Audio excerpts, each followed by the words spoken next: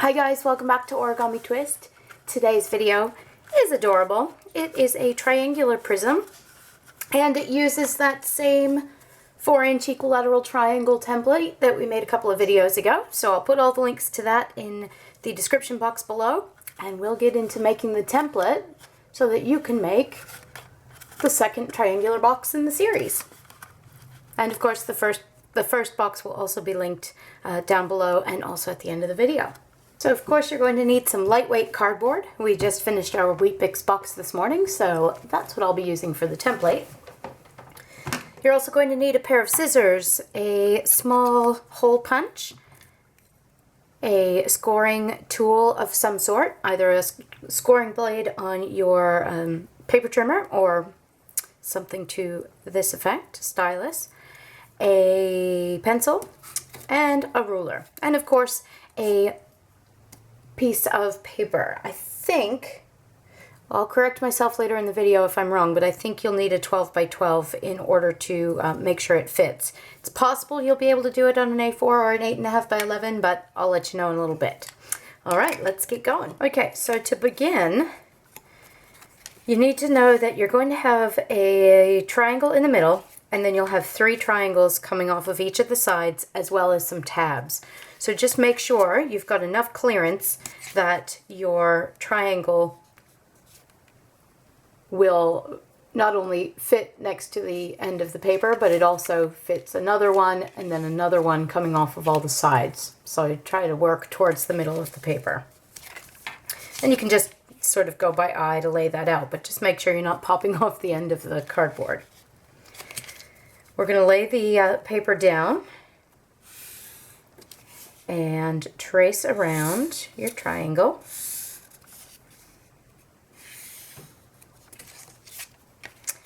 And then you're going to take that same triangle and take one of the sides and line up with the one next to it.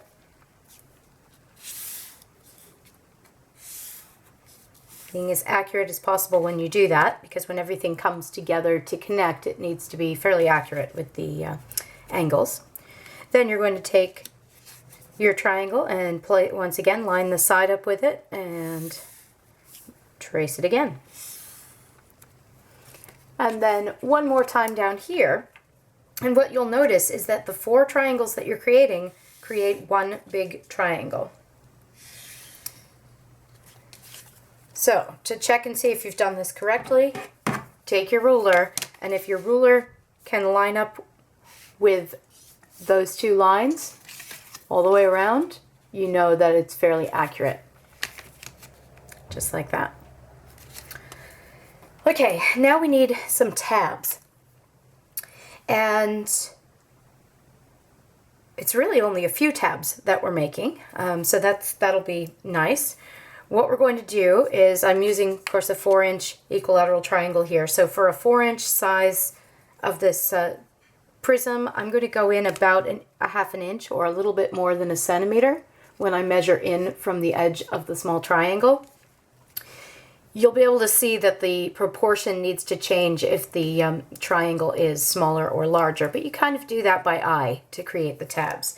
So I'll show you how that's going to work.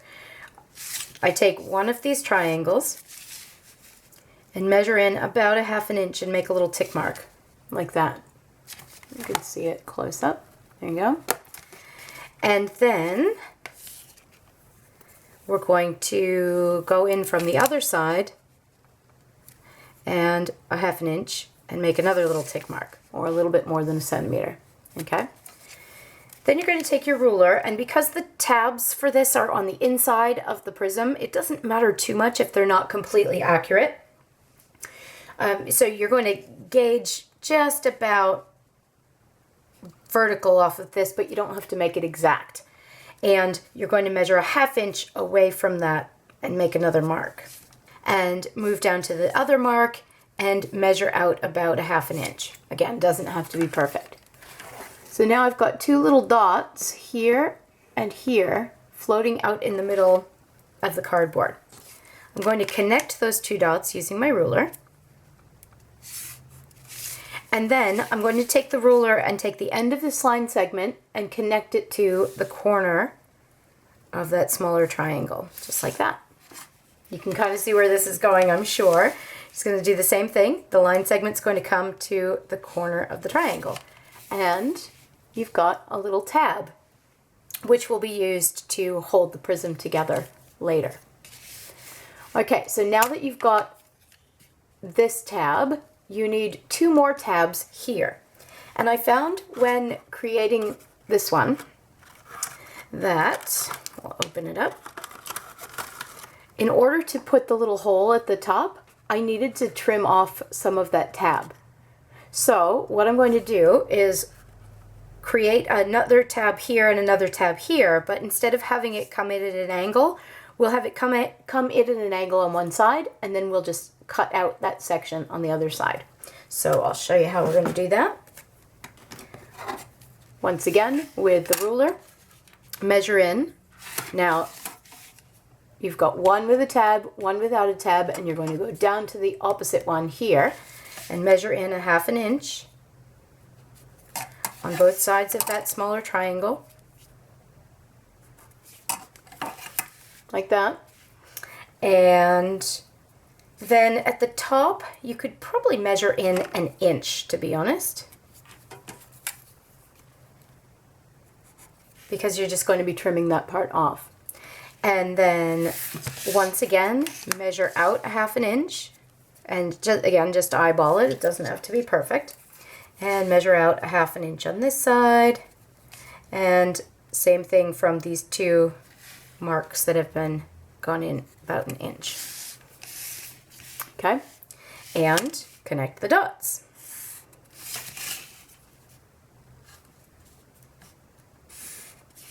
So far so good, right?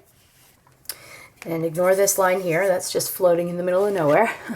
You're going to take the end of this line segment and bring it back to the corner of that little triangle, and same thing on this side.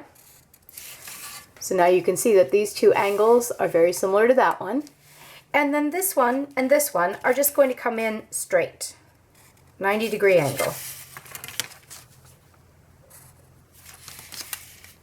Just like that. And you can see this one's a little tiny bit shorter than this one. It doesn't matter too much, again, as I say, as long as that hole is in the right place with your punch, everything else is on the inside of it. So, and it can be trimmed later. So it's not too bad. So just a quick review. These tabs here that are closer to the center are all 1/2 inch. Whoops. 1/2 inch from the corner of the triangle, and the ones that are here are 1 inch from the corner of the triangle, and you've got only 3 tabs. Once you've got it all drawn out, then you're going to cut out your template, and we'll come back and I'll show you how to put the box together. That's it. Oh, and before you've cut it out, or just after you cut it out, so it's a 4-inch, I always label mine, 4-inch triangular prism. And what makes this different than a pyramid is that a pyramid has 4 sides, and a triangular prism has all equilateral triangles. Okay, I'll go cut it out. I'll be right back. Okay, your template has been trimmed, and at this stage I'll let you know whether you can use an A4. Okay, it is too wide to do it on an A4 sheet of paper, and it is exactly correct to do it on an 8.5 by 11 because it is exactly 8.5 by 11 inches wide. When you do it on an if you are going to make it on an 8.5 by 11 piece of cardboard, make sure that your 2 triangles are right on the edge of the paper because it's going to fit exactly that width. Okay, so ideally I'd use a 12 by 12 or something a bit bigger so you have a little bit more wiggle room. But you should be able to fit this on an 8.5 by 11 sheet of cardstock or cardboard when you go to make the template. Okay, so I've got my little template, and I've got a 12 by 12 piece of paper, so I start tracing, right? Actually, you're going to want to go to the wrong side of the paper. So now this is a lovely piece of paper, but I'm going to make the coral side stick out for this particular project. So I'm going to go to the side that I want on the inside of my box. And the reason for that is you don't actually have to erase your lines after if you can't see them. So in the interest of being a little bit lazy, that's why I'm doing it this way. Okay, so I'm going to trace around my template that I've just created. And I accidentally chopped off a little bit of mine, so I'm drawing it in, but it should work fine. And so trace around, making sure it's as accurate as possible.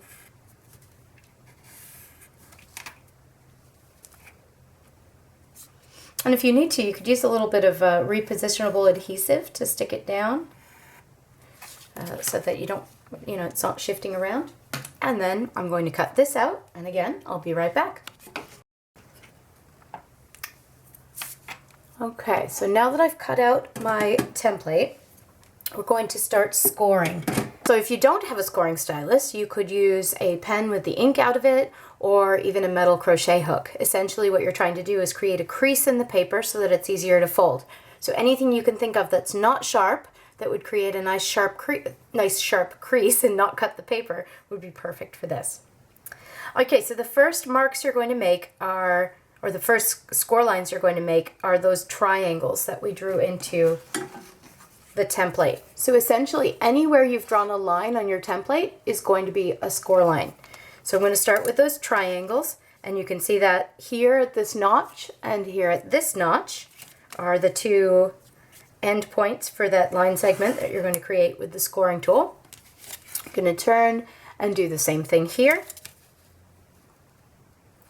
One more triangle, and make sure you press firmly, and same thing here. And of course, if you've got a paper trimmer, you can certainly use that scoring blade as well. Now I'm going to make the tab score lines. So I'll start over here, and rather than lining up my ruler here, I'm actually going to line up my ruler at this end and then line it up here, because this straight line is super important to the final shape. So once that's lined up, I'll give a nice crease.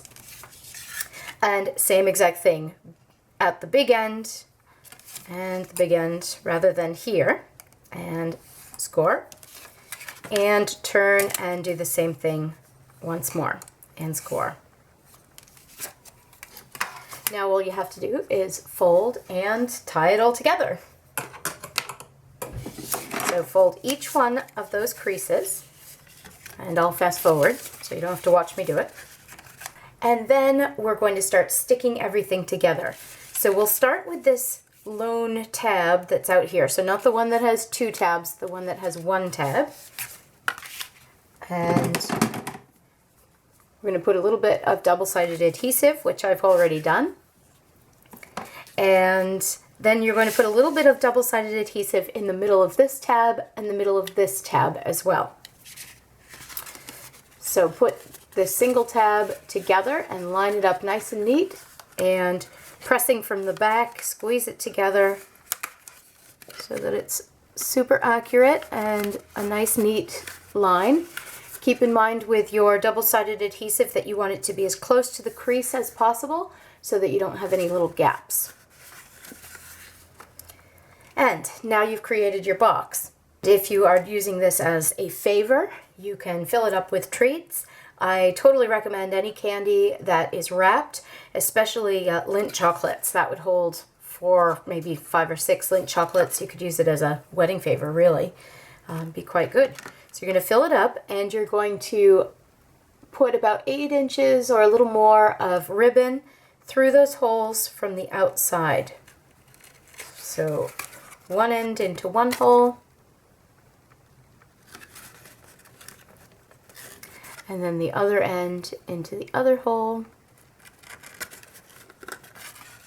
Pair them up and pull just like that. So as I said, fill up that box, and then You kind of have to do this simultaneously. You've got your double-sided adhesive just a little bit in the middle of each of those tabs. And you're going to thread your ribbon. Both pieces of ribbon are going to go through that third hole. Just like that. And as you're doing it, pull those tabs into the side because you want those to go inside. And pull on the ribbon and slide it in as you go, effectively sealing your candies or whatever into the box. You're then going to press gently on those two corners so that it stays tacked down and it doesn't, you know, it looks nice and neat, doesn't gap on the sides. And then if you're putting a tag on here, so you can either tie it so you can hang it as a Christmas ornament, or you can thread a tag through, and I highly recommend doing a tag even if you are doing a Christmas ornament, and then tie a little bow.